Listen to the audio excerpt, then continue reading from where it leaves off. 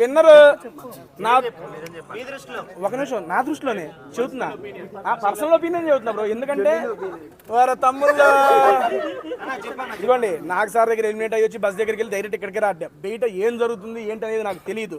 కాకపోతే నేను స్టేజ్ మీద కూడా ఒకటే చెప్పా, నా దృష్టిలో మా గౌతమ్ గడు ఇంకోటి నిఖిల్ బ్రో వీళ్ళిద్దరి మధ్యలో ఉంటుందని నా గట్టి నమ్మకం.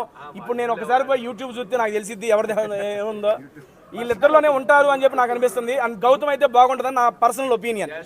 సీరియస్లీ ఎందుకు అంటే గౌతమ్ కూడా నాలాగే సీజన్ 7లో చాలా కష్టపడ్డాడు. చివరి మెట్టు వరకు వచ్చాడు. 13వ వారం ఇదే వారం ఎలిమినేట్ అయ్యాడు. వాడు ఎలిమినేట్ అయ్యేటప్పుడు వాడికి ఓట్స్ తక్కువ వచ్చి ఎలిమినేట్ కాలేదు.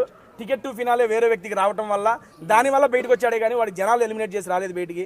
ఈసారి అదే సంకల్పం, నేను ఎలాగైతే మా అమ్మని ఇంట్లోకి తీసుకురావాలనే సంకల్పంతో లోపలికి వెళ్ళాను, వాడు కూడా కప్పు కొట్టాలని నిశ్చయించుకొని లోపలికి వచ్చాడు. నాకు తెలిసి అది గట్టిగా జరిగేట్టే ఉంది. నేను లోపల కూడా వాడికి అదే చెప్పాను, ఇంకొక వారం ఉంది, ఈ వారం మనవాడు గట్టిగా ఉంటే తీసుకొని కప్పు ఏడా తీసుకొస్తాడు మీ ముందుకి. నేను అదే ఎక్స్పెక్ట్ చేస్తున్నా.